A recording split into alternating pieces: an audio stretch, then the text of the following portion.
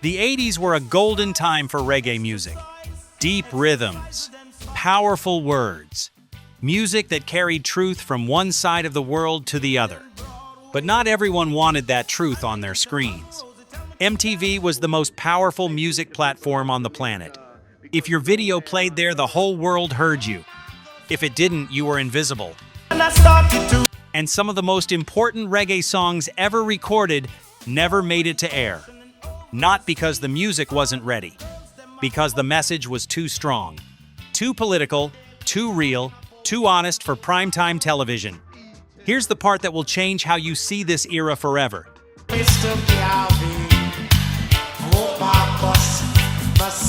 Some of these band songs were already changing lives in 20 countries before MTV even made their decision. The world was listening, but one channel decided you shouldn't. These are the 10 reggae songs MTV tried to silence. And the truth behind every single one. Number 10. Burning Spear Slavery Days. So do you remember the days of slavery? Close your eyes for a second and imagine this.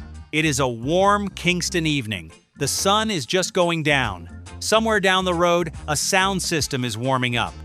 The bass is slow and heavy like it is coming up through the ground itself, and then this song starts playing and the whole street goes quiet.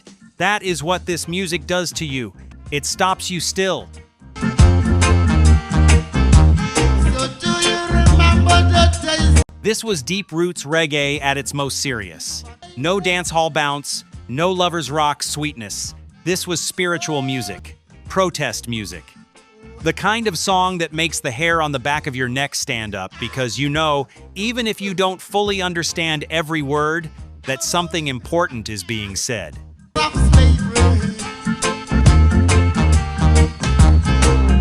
Burning Spear, whose real name is Winston Rodney, recorded this track for the landmark album called Marcus Garvey. Released in 1975 but still burning strong through the early 80s on sound systems everywhere. It was produced by Jack Ruby, a Jamaican producer who understood exactly what Burning Spear was trying to say. The lyrics speak directly about the history of slavery and the pain that was passed down through generations.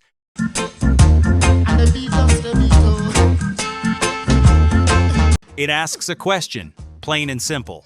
Do you remember the days of slavery? And that question, even sung softly, hit people like a punch. In the UK, it became a serious sound system weapon. At blues dances, in Brixton, in Handsworth, in Chapeltown, selectors would pull this out late in the night when the crowd was ready to feel something deeper than just rhythm.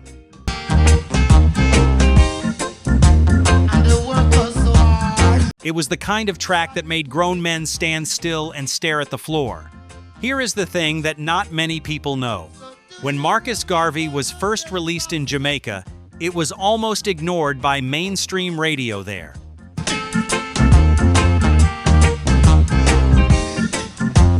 It was actually the British reggae audience that picked it up first and gave it life. Sometimes your own yard doesn't see what you've got until somewhere else holds it up to the light. So why did MTV never touch it? Well, think about what the channel was in the early 80s. It was new, it was glossy, it was selling a rock and pop fantasy to suburban teenagers in America.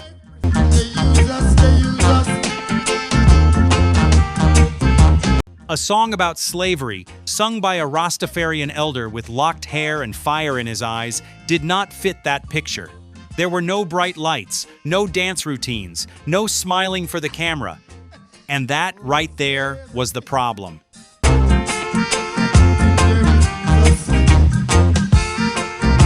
MTV wanted entertainment. Burning Spear was delivering truth. And truth, apparently, wasn't welcome. This song deserved a global stage. It got a cult following instead. And honestly, the cult kept it alive better than any chart ever could.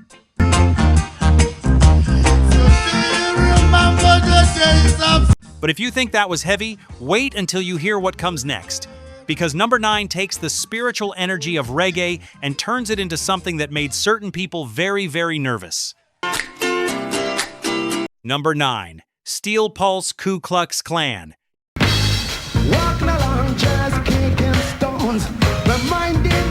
Now, I want you to really be with me on this one, because this is not a comfortable song. It was never meant to be, and that is exactly the point.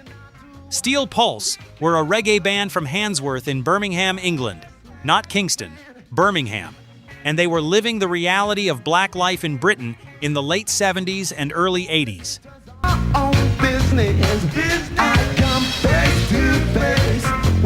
The National Front was marching in the streets. Young black men were being stopped and searched every single day under what they called the sus laws. Racial attacks were happening, and Steel Pulse decided they were going to say something about it, loudly and clearly, through their music.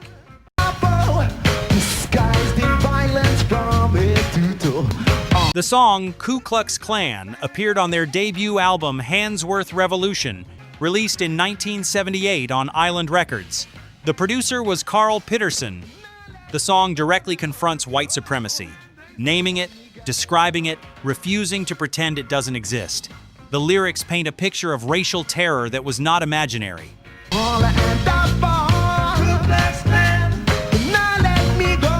It was drawn from real history and real present-day fear. In terms of impact, the album itself was critically praised. It won the group a serious reputation in both the reggae world and the wider music press. They performed the song live at Rock Against Racism concerts wearing Ku Klux Klan robes, which they dramatically tore off on stage to reveal their performance clothes underneath. That image was powerful and deliberate.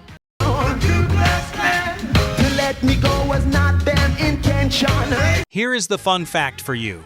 When they performed that stunt at the Victoria Park concert in London in 1978, in front of around 100,000 people, the crowd absolutely erupted.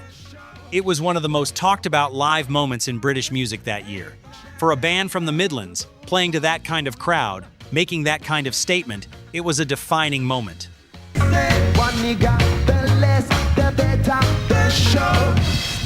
But MTV? No chance. A song with that title, with those images, with that direct a challenge to racist power structures in America? The channel, which was already being criticized in the early 80s for not playing enough black artists, was not about to add fuel to a racial fire.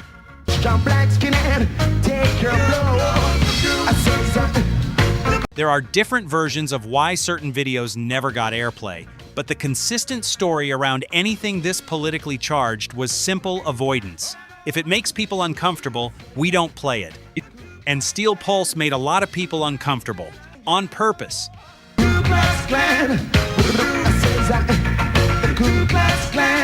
The tragedy is that this song was doing something important. It was naming a monster that a lot of people in power preferred to pretend didn't exist. And by keeping it off mainstream television, that monster got to stay hidden a little longer. This song is a document of a time and a place that reggae music will never let us forget.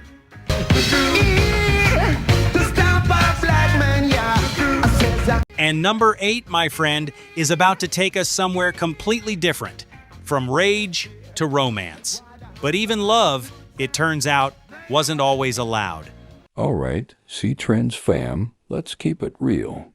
We're pouring our hearts into bringing you the best celebrity news and music deep dives. What? Check it. A massive 98% of you aren't subscribed yet. Subscribing is how you can truly support us, helping us grow and create even better content. If you're vibing with what we do, take a sec to hit that subscribe button. It's free and makes a huge difference. Plus, ring that notification bell so you never miss out. Let's flip that 98% and build this C-Trends family together. Your support is everything.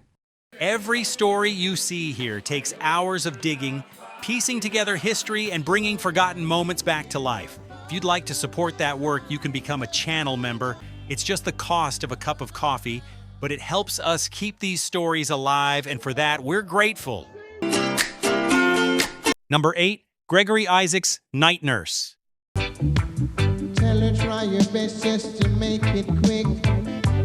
Okay, change of mood, but don't get too comfortable. because even this one has a story behind it that most people don't know. Imagine a late-night taxi ride through Kingston. The radio is low, the windows are down, the air is warm and soft, and this voice comes through the speaker, smooth as silk, cool as ice, and it just wraps around you like a blanket. That is Gregory Isaacs.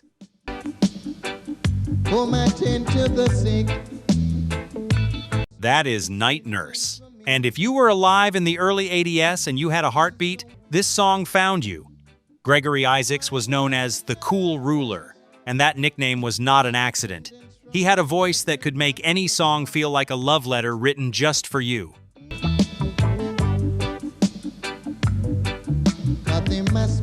Night Nurse was released in 1982 on the Pre label, produced by Sly Dunbar and Robbie Shakespeare, two of the most important rhythm makers in all of reggae music history.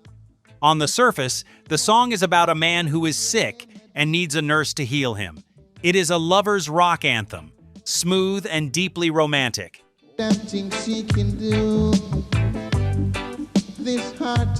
But underneath the sweetness, many listeners heard a second meaning, a song about longing, about need, about someone who fills a space in your life that nothing else can fill. The song was a genuine hit. It reached number 32 on the UK pop charts, which for a reggae song in 1982 was a serious achievement. It was played on mainstream radio in Britain.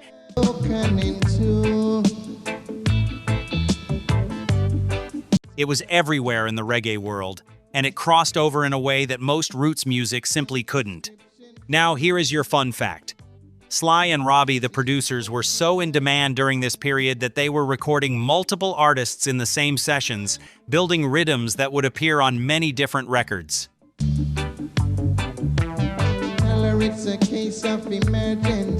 The groove behind Night Nurse was so strong that it was versioned and recycled several times over the following years, each time finding a new life with a new voice on top. So why didn't MTV embrace it? This is where it gets interesting. Some people say it was the implied drug reference. There's a patient by the name of Gregory. The word nurse, the idea of needing something to ease your pain, the physical longing in the lyrics, these made some programmers nervous. Others say it simply came down to the fact that reggae videos in that era often had low production budgets compared to the glossy pop and rock videos MTV preferred.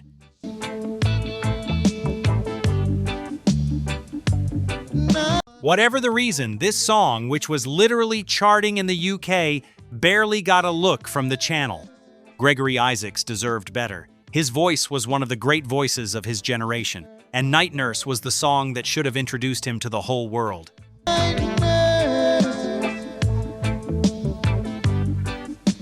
If that one touched something in you, smash that like button right now. We are just getting warmed up and the stories only get deeper from here. Number 7. Linton Kwesi Johnson, Inglan is a Bitch. When me just come to London town, me used to work. Right. Now we are going somewhere that very few music channels in the 1980s were willing to go. Put yourself in the shoes of a young Jamaican man who came to England full of hope, worked hard, faced racism every single day, and then picked up a pen and wrote about exactly what that felt like. In language so plain, so honest, so raw, that you couldn't look away. Pon the underground. But working pon the underground. That is Linton Kwesi Johnson. And this song, Inglan is a Bitch, released in 1980, is one of the most powerful pieces of music ever made in the British reggae tradition. Not just reggae. Music, full stop. LKJ, as he is known, was a poet as much as a musician. You don't get to know your way around. He wrote in Jamaican Creole, in the voice of the black working class in Britain, and he set those poems to dub-heavy reggae rhythms produced by Dennis Bovell, who was arguably the most important figure in British reggae music at the time. The label was Island Records. The studio was in London, and the sound was dark, heavy, and deliberate. Inglan is a bitch. There's no escaping it. The song describes the experience of an immigrant worker in England, the hard labor, the poor pay, the racism on the job. The grinding reality of a country that invited people to come and work and then treated them as if they didn't belong. England is a bitch. There's no running away from. The title itself, which I'll say you can look up to read in full, was a deliberate provocation. LKJ was not asking for sympathy. He was making a statement. Here is something remarkable. LKJ became the second living poet and the only black poet to have his work published in the Penguin Modern Classics series. From it. Me get a little job in a big hotel. His words were recognized at the highest levels of literary culture, even while his music was kept away from mainstream television. And that is exactly why MTV never touched this. The title alone would have ended the conversation. And after a while, me was doing quite well. Them start me. But beyond the title, the content, the politics, the raw anger dressed up in dub and bass, none of that fitted the channel's image. This was not escapism. This was accountability. And mainstream television has never been comfortable with accountability. Enough as a dishwasher, but when me take a stock, me not turn clock. Linton Kwesi Johnson is a giant. And the fact that most people outside the reggae world don't know his name tells you everything about how the gatekeepers worked. Number 6 is coming, and it brings us back to Jamaica, back to the roots, and back to a song that touched the divine in a way that made some people deeply afraid. Number 6, Culture 2-7's Clash.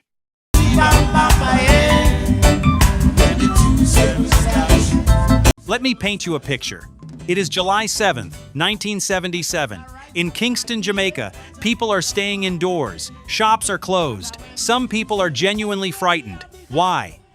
Because a reggae group called Culture had released a song prophesying that on the date when 2-7s met, something powerful and possibly terrible was going to happen. And that date was the 7th of July, 2077.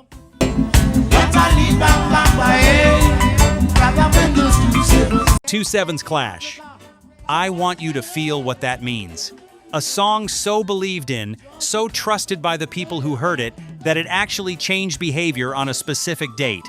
That is not entertainment, that is prophecy. That is roots reggae at its most spiritual and its most powerful.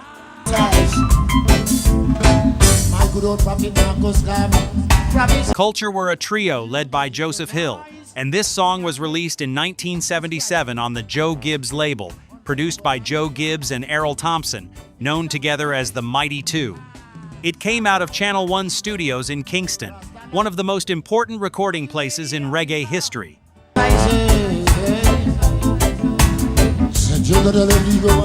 The lyrics drew on Rastafarian teachings and the writings of Marcus Garvey, speaking about justice, about the downfall of Babylon, about a reckoning that was coming for those who had oppressed the poor and the righteous. The album of the same name became one of the defining roots reggae records of the entire era.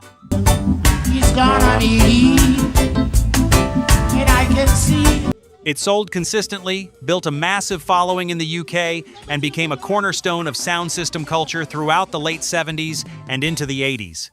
Selectors in every city would use it as a serious weapon on the dance floor. Fun fact for you, the song was actually recorded before 1977, but held back by the label, some say deliberately, to build anticipation as the date approached. With my own eyes, only a housing scheme that defies. Whether that is true or music legend, the timing created an atmosphere around the song that money simply could not buy. By the early 80s, when MTV was launching and building its playlist, 2-7's Clash was seen as part of a specific spiritual and political tradition that made programmers uncomfortable.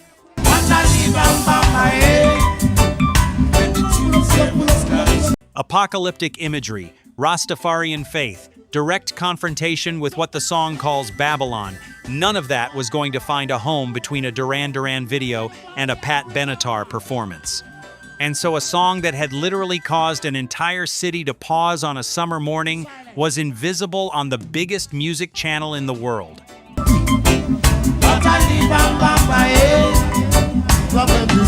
Culture. Underrated? No. Deliberately overlooked. there is a difference. We are halfway through this countdown now. 10 songs that MTV buried, and I want to know, which one has hit you hardest so far? Drop it in the comments right now. I am reading every single one. Number 5, Peter Tosh, Legalize It. Legalize it. Okay, now we have reached the one that most people probably expected to see on this list. And yes, here it is. But I want you to hear the full story because it is bigger and more interesting than most people realize. Peter Tosh was not a soft man. He was not trying to make you comfortable. Don't criticize. He was one of the original wailers alongside a man we all know. And when he went solo, he took his politics with him, fully and without apology. Legalize. It was released in 1976 on Columbia Records, produced by Tosh himself. And the message, as the title tells you plainly, was a direct call for the legalization of marijuana.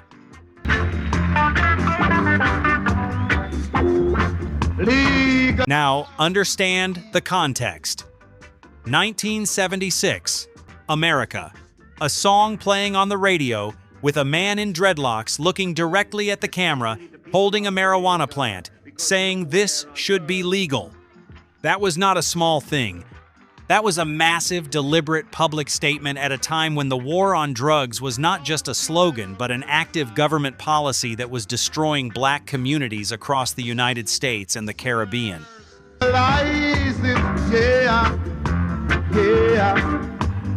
The song itself is built on a simple, rolling roots rhythm, almost hypnotic in the way it repeats.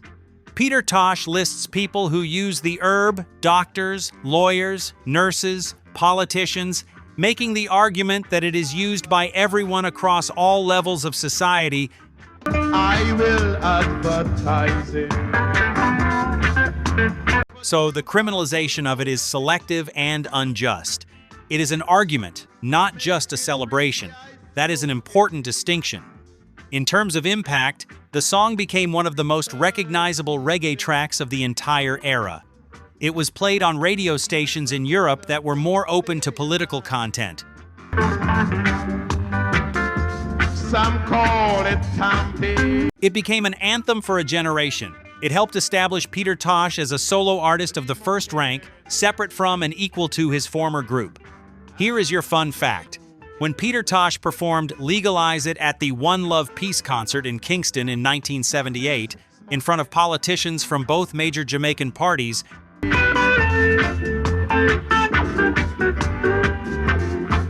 he lit up on stage and spoke directly about police brutality against people found with marijuana. He was arrested shortly after. He did not back down. Ever. MTV's position on this one was essentially automatic. The subject matter, the imagery, the politics, there was no version of this that was going to get airplay on a channel trying to keep corporate advertisers happy. Some call it the weed. Some people say the ban went even further, with certain radio stations in the American South refusing to play it at all. But here is what the ban actually did. It gave the song an underground credibility that no amount of MTV rotation could have built. Everybody who knew, knew. And everybody who knew felt like they were part of something real, something that the mainstream couldn't touch. Some call it marijuana. Peter Tosh was shot and killed in 1987 at his home in Jamaica. He never got to see the world begin to move toward what he was singing about. And that is one of the saddest sentences I have ever had to write about a musician. Some of them call it. His voice mattered, his courage mattered. And Legalize It is as important a piece of music history as anything that ever played on that channel. Never mind. Number 4 is coming, and this is where we get into something that the reggae world itself found difficult, because this next song didn't just get banned by MTV. It got caught in something much bigger and much messier. Number 4, Shabba Ranks Rape and the Buju Banton controversy connection. It's a Shabba thing. suckling sing. Now, I promised you earlier that we would get to the real controversy, the one that wasn't just about music. The one that shook the reggae world, divided fans, and created a conversation that is still happening today. This is that moment. Let me be careful here, because this story involves real people, real pain, and real consequences.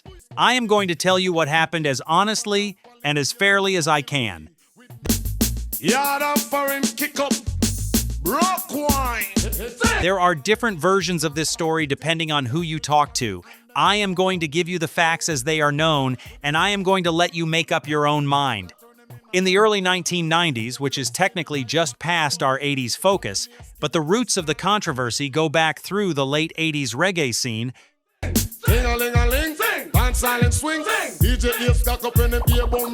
A number of Jamaican dancehall artists were recording and releasing songs with lyrics that many people found deeply harmful. Lyrics about violence against women, lyrics targeting gay people. These were not underground recordings. These were mainstream dancehall records with massive audiences in Jamaica and in the UK.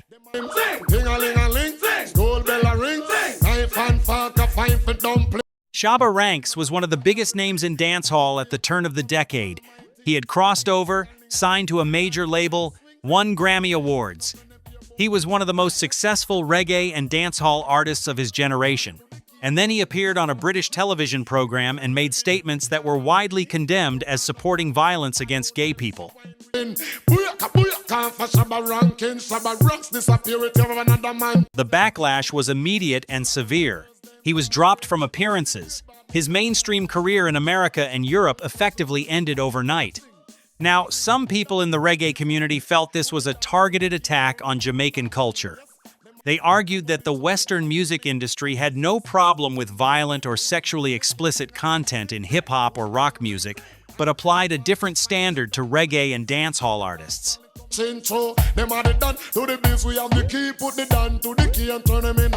There is some truth in that argument. The double standard in how the music industry policed different genres was real and documented. But others argued that the content of those songs, the explicit calls for harm against specific groups of people, went beyond cultural expression and into something that caused real damage to real people. That argument also has truth in it.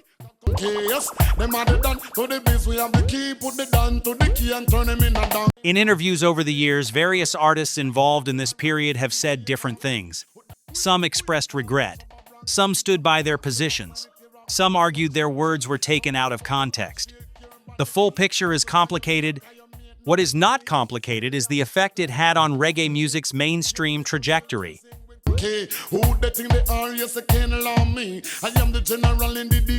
MTV and mainstream American radio, already reluctant to engage with reggae, used this controversy as a reason to pull back even further. An entire genre of music, including artists who had nothing to do with the controversy, found doors closing that had just begun to open.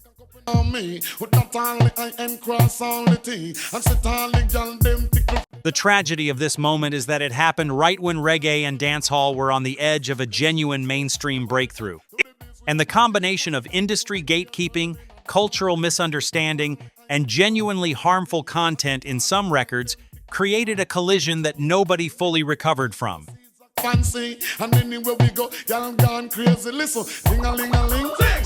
Reggae's relationship with MTV and American mainstream media never fully healed after this period, and that is a complicated legacy that the music world is still working through today.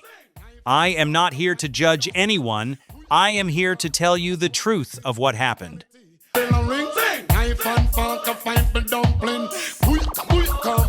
And the truth is that music, culture, rights, and power all crashed into each other in this moment, and the music paid the price.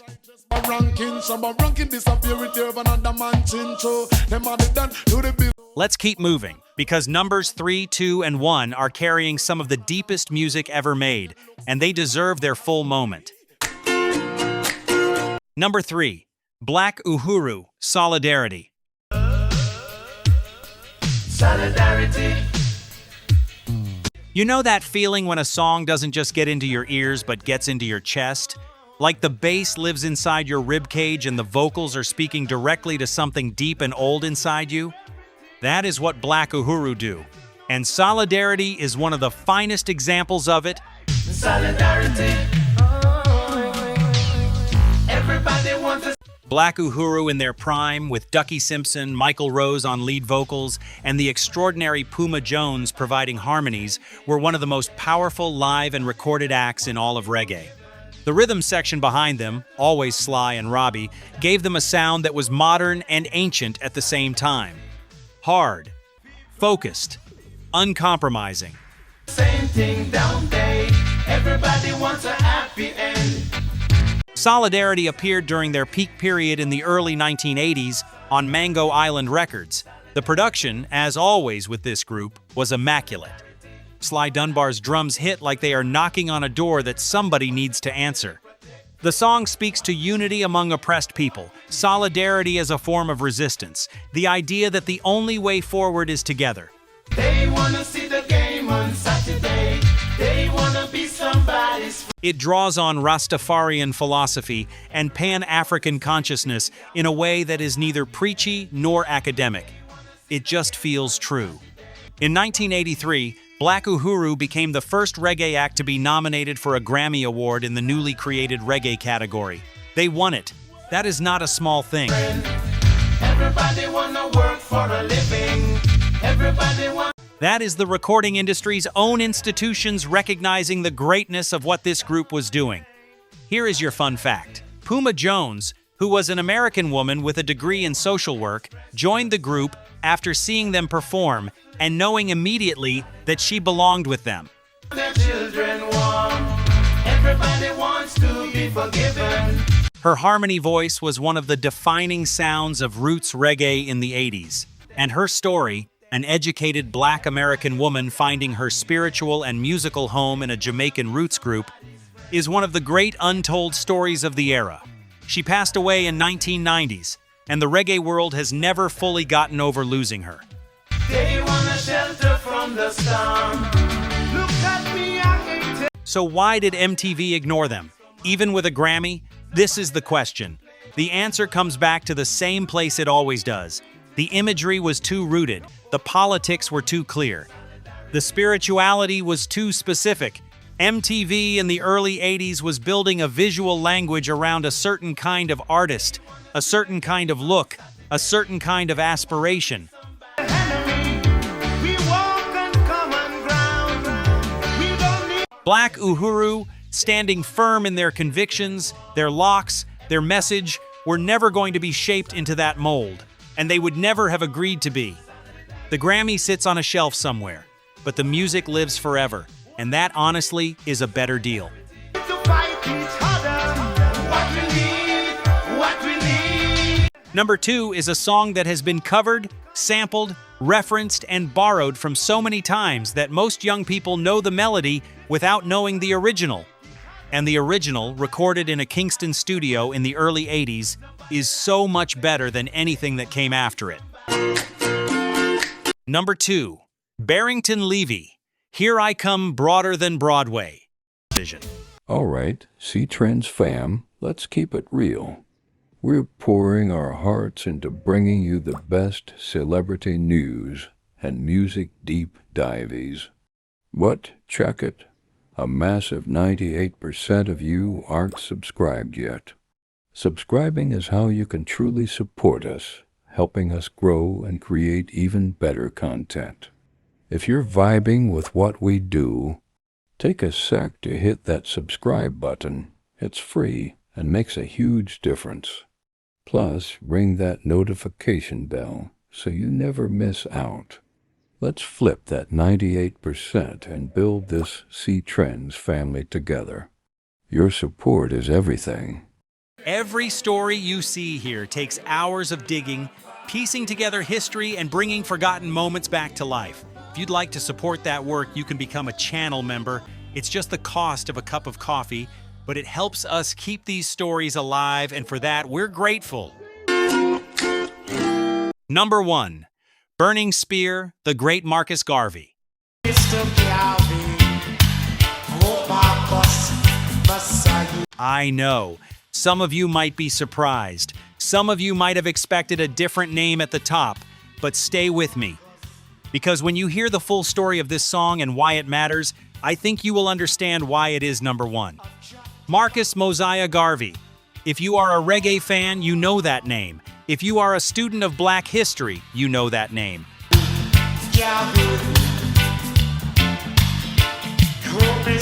He was a Jamaican political leader, a writer, a publisher, an activist, who in the early 20th century built one of the largest Black political movements the world had ever seen. He spoke about Black pride, about Pan-African unity, about the idea that Black people deserved dignity and self-determination decades before those ideas entered mainstream political conversation.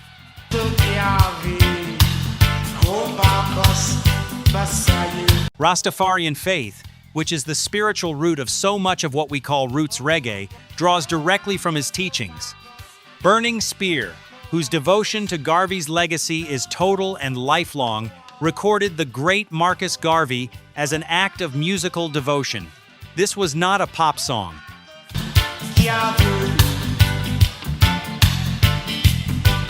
This was not made to be danced to in a nightclub. This was a hymn, a tribute, a piece of music designed to carry the name and the legacy of a man that Burning Spear believed had been erased from the history books that powerful people controlled. The song, recorded in the mid-70s, but still a cornerstone of his 80s performances and deeply embedded in the roots reggae consciousness of the decade, sits on the Marcus Garvey album produced by Jack Ruby.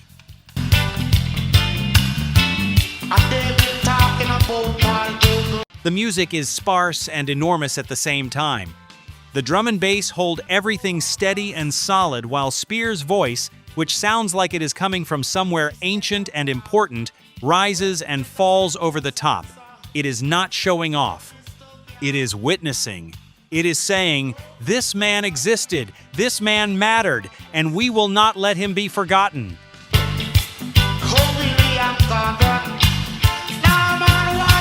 In Britain, in the Black community, in the Caribbean diaspora, Garvey's name was not forgotten. But in the mainstream historical narrative, the one that got taught in schools and broadcast on television, he was a footnote at best and invisible at worst.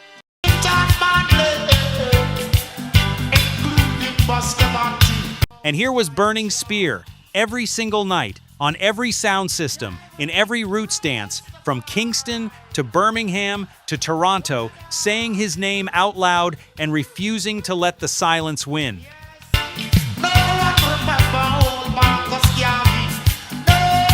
Now, you ask me why MTV banned it or avoided it, and the honest answer is this. There are different versions of what happened with different songs. Some were formally rejected. Some were never submitted because labels already knew the answer.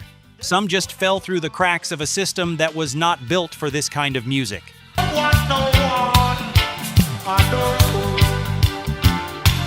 But in the case of a song literally named after and dedicated to a Black nationalist leader who had frightened the governments of Britain and America with his ideas about Black power and self-determination, that conversation was over before it started.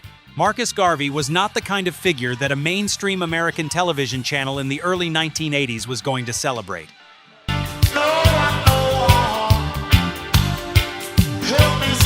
The imagery, the politics, the direct line from his teachings to the Black Power movement, to Rastafarianism, to the kind of consciousness that makes people question who holds power and why, none of that was going to find a home in between commercial breaks for cola and cars. And yet,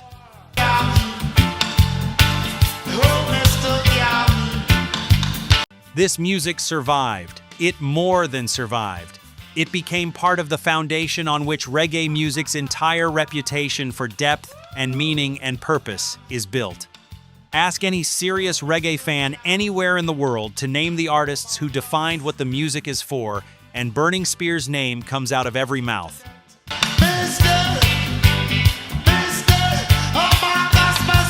Ask any young person discovering roots reggae for the first time what album changed their life, and Marcus Garvey is in the conversation every single time. The gatekeepers didn't win, the music won.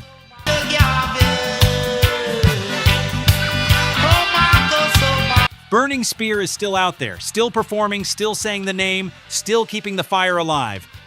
And that, my friend, is why this song is number 1.